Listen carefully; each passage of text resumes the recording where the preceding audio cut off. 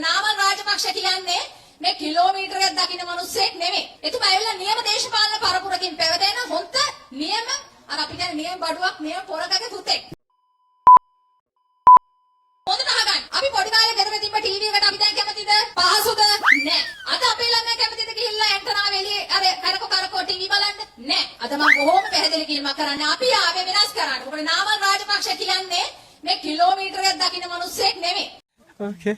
එතුමා ඇවිල්ලා නියම දේශපාලන පරපුරකින් පැවතෙන හොන්ත නියම අර අපි කියන්නේ නියම බඩුවක් නියම පොරකගේ පුතෙක්. වැඩවලින් බැලුවොත් ඉදිරියේදී ඔහුගේ දැක්ම බැලුවොත් ඇත්තටම නාමල් රාජපක්ෂට අපිට කියන්න පුළුවන් අපි කියන භාෂාවෙන් මහින්ද මාතේගේ පුතා නෙමෙයි ලොකු අයියා වගේ. මොකද එතුමාගේ සිතුම් පැතුම් එතුමාගේ දැක්ම කිලෝමීටර 20ක් 30ක් 100ක් ඉස්සරහට තියෙන්නේ. මේ මගේ කවුසන්න තෝ පලයන් ගෑණියේ අන්ද අධිකරණ පද්ධතිය වෙනදා නොවිච්ච ආකාරයට දේශපාලනීකරණය කරන්න ආණ්ඩුව උත්සාහ දරනවා. අද පොදු රාජ මණ්ඩලීය නීතිඥවරු, ආසියාවේ නීතිඥවරු, ලංකාවේ නීතිඥ සංගමය, ගරු විනිශ්චයකාරවරුන්ගේ සංගම් මේ රටේ අධිකරණ පද්ධතියේ ස්වාධීනත්වය පිළිබඳව සටන් වදින. ඒක ආරක්ෂා වෙන්න ඕනේ කියලා. අධිකරණයට බලපෑම් කරනවා කියන එකට හොඳම උදාහරණය මොකද්ද? මේ මගේ වම් පැත්තෙන් ඉන්න මනුෂ්‍ය නානායක්කාර. මනුෂ්‍ය නානායක්කාර ඡන්දෙදි ප්‍රශ්නයක් වුණා. ඊට පස්සේ මනුෂ්‍ය නානායක්කාර හැම YouTube එකේම ගිහිල්ලා මොනවද කිව්වේ? මගේ නඩුව ෂේප් කරලා දුන්නේ අරලියගහ මන්දිරේට. හිටපු නීතිපති මොහාන් පීරිස්ව ගෙනලා මේ කොල්ලව බේරලා දෙන්න කියලා මහින්ද රාජපක්ෂ කිව්වා කියලා. කියපන්කෝ බලන් ඉන්න මාව කන්න ගන්න. බොරුවට මෙතන බලන් ඉන්නවා. ඒතකොට ඒවනේ අධිකරණ බලපෑම් කියන්නේ. ඒවනේ අධිකරණ බලපෑම් කියන්නේ. අධිකරණ බලපෑම් කියන්නේ දෙයියනේ. හිටපු ජනාධිපතිතුමා නීතිපතිව ගෙනල්ලා හර්ලියගහ මන්දිරේට මේ ආකාරයට ළඟ තියාගෙන කියලා තිනවා මෙයාව බේරන්න කියලා. මට ඉස්සල්ලාම කියන්න බලන්න ඔය කට්ටිය යටට ඇඳලාද ඉන්නේ?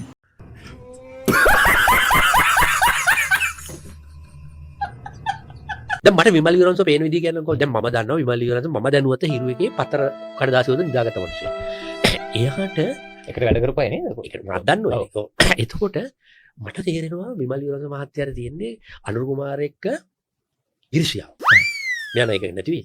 ඊ ඊර්ෂ්‍යාව තමයි යකු. මං හිටිය තැන මට යන්න දෙවිත තැනනේ මෙයා කගෙහිලා තියෙන්නේ. ඒ නිසා අපි කියන්නේ ඔය විමල් වීරවංශලාගේ ඔය රට දෑගෙන එන සංස්කෘතික කැක්කුම තියෙන අමූලික බොරුනේ.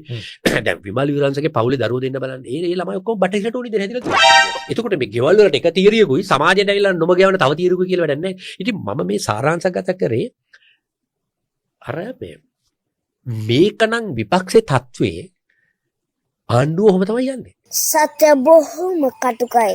සත්‍ය බොහොම කටුකයි. නමුත් ඒ කටුක සත්‍ය අපට බාර ගන්න වෙනවා.